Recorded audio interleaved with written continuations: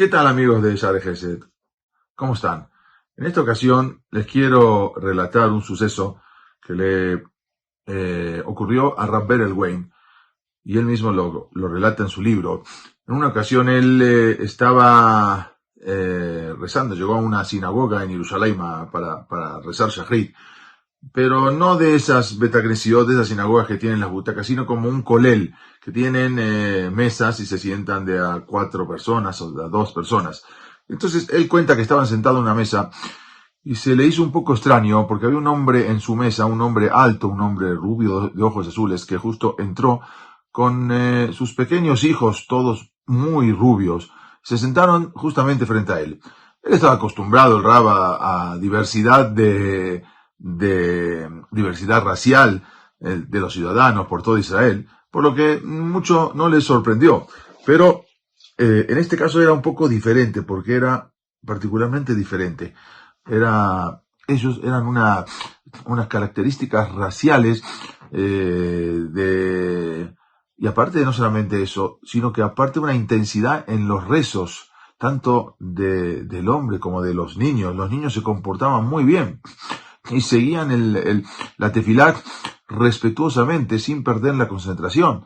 Pero bueno, el Rab Wein estaba acostumbrado a un poco así a los niños americanos, que son más descontrolados. Él venía de Estados Unidos, pero acá era algo totalmente diferente. Entonces una vez, luego cuando se paró, terminó la tefilá, le comentó a un amigo: qué gente tan refinada que estaba sentada conmigo. Sin embargo, su amigo le dijo que ese hombre no era una persona normal, común y corriente, era un microbiólogo que trabajaba en la Universidad Hebrea de Jerusalén, y que tiene una historia impresionante, que si la quiere escuchar. Le dijo: claro, sí, pues me gustaría escuchar la historia. Entonces lo presentó. Cuando se presentaron, mientras caminaban, él le iba contando la historia. Mire, yo nací y crecí en Alemania.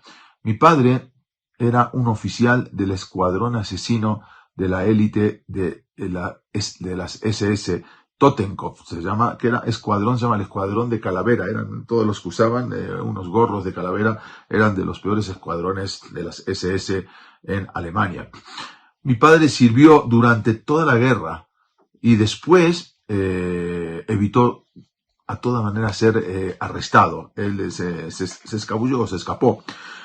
Pero los crímenes de mi padre fueron tan atroces que años después la República Occidental Alemania continuó persiguiéndolo. Finalmente, al final, mi padre fue capturado y fue puesto en prisión. Le dictaminaron 10 años. Pero como él era una persona ya anciana, y le redujeron más adelante la sentencia, y después de 4 años y medio lo dejaron salir.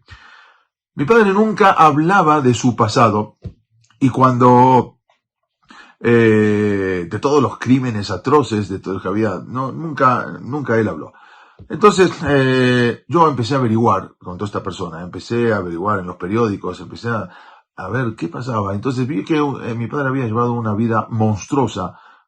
Para mí fue una experiencia desconcertante. La familia se había conmovido por las noticias. Yo era en ese entonces un adolescente y viví mi vida confundido. Cuando en una ocasión fuimos a visitar a mi padre a la prisión, antes de que lo liberen, una vez no pude entrar a verlo. Sentía que me había traicionado.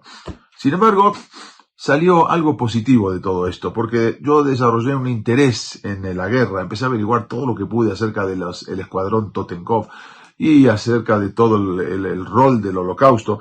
Todo esto en tiempo justamente que se estaba llevando el juicio a Adolf Eichmann en Israel.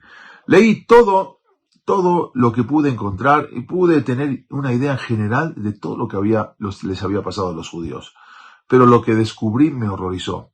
La idea de que mi padre había tenido un rol tan importante en la matanza de judíos me hizo sentir que quizás nuestra familia estaba contaminada con ese mal.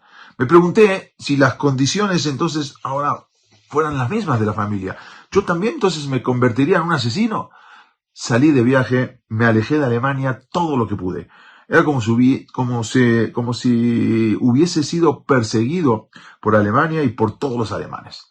En el camino decidí visitar Israel para obtener una perspectiva de las víctimas de los nazis, averiguar todo lo que era especial, lo que lo hacía especial a esta nación y que fastidiaba tanto a Hitler y Máximo Vicejón. Necesitaba yo saber qué hacer, necesitaba yo empezar, dije, bueno, voy a empezar a trabajar, dije, bueno, empecé a viajar por ese país, los asentamientos agrícolas, porque él era un microbiólogo. Mientras estaba yo en un kibutz, vi un póster anunciado, un programa de verano en la Universidad Hebrea sobre zoología en el desierto. Me inscribí. Me fue muy bien, estuve un tiempo ahí hasta que me obtuve una licenciatura en la universidad. Mientras estaba involucrado en mi licenciatura, también comencé a interesarme en el judaísmo. Y de a poco me fui metiendo al judaísmo. Israel me gustaba tanto que al final decidí quedarme y obtener la ciudadanía. Bueno, además, después de unos años de aprender sobre judaísmo, decidí también estudiar para convertirme en judío. Y pasaron unos años y luego obtuve mi licenciatura y al final me convertí en judío. Me casé y empecé a vivir en Jerusalén. Mi esposa también era una alemana luterana que también se había convertido al judaísmo. Y ahí empezamos a vivir, quizás era muy feliz con mi esposa. Hace alrededor de un año nos enteramos que mi padre no estaba sintiéndose bien, que vivía en Alemania. Mi esposa dijo que era una misvá ir a visitarlo para visitar al papá. Al principio me atemorizaba el volver a Alemania, un país al que yo tanto temía. Pero al final me tomé un año sabático y volvimos a Darmstadt a visitar a mi padre.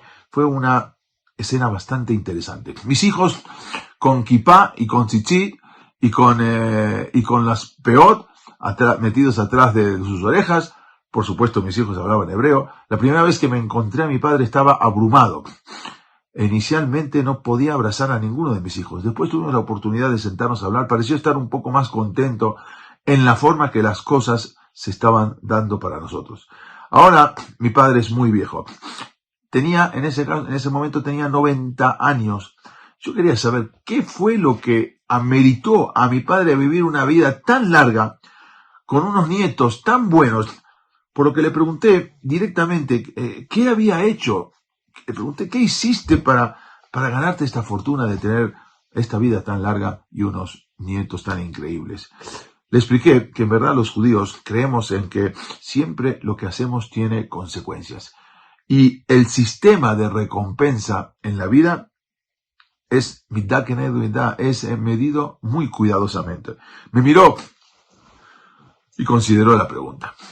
Entonces respondió, mi padre me dijo, no puedo pensar en nada sobresaliente que yo hice, pero una vez me acuerdo que en Frankfurt, cuando estábamos cazando como a los judíos, tuve la oportunidad de salvar a 3 niños judíos que estaban escondidos en un orfanato católico. Me di cuenta y fui, y por alguna razón se ganaron mi simpatía. Fui conmovido por sus súplicas. Los niños estaban tan perdidos, tan desamparados, que sentí piedad por ellos y los dejé huir. No sé qué fue de ellos, pero yo no los maté. Yo pensé, estaba contando ahora este señor, yo pensé en su respuesta y le dije a mi padre, de acuerdo a nuestra tradición, su respuesta ahora tenía sentido. ¿Sabes, papá? Si hubieses dejado ir a 4 niños judíos, hubieses tenido 4 nietos. Soy Eli Zuli y nos vemos, si Dios quiere, en la próxima clase. Hasta luego.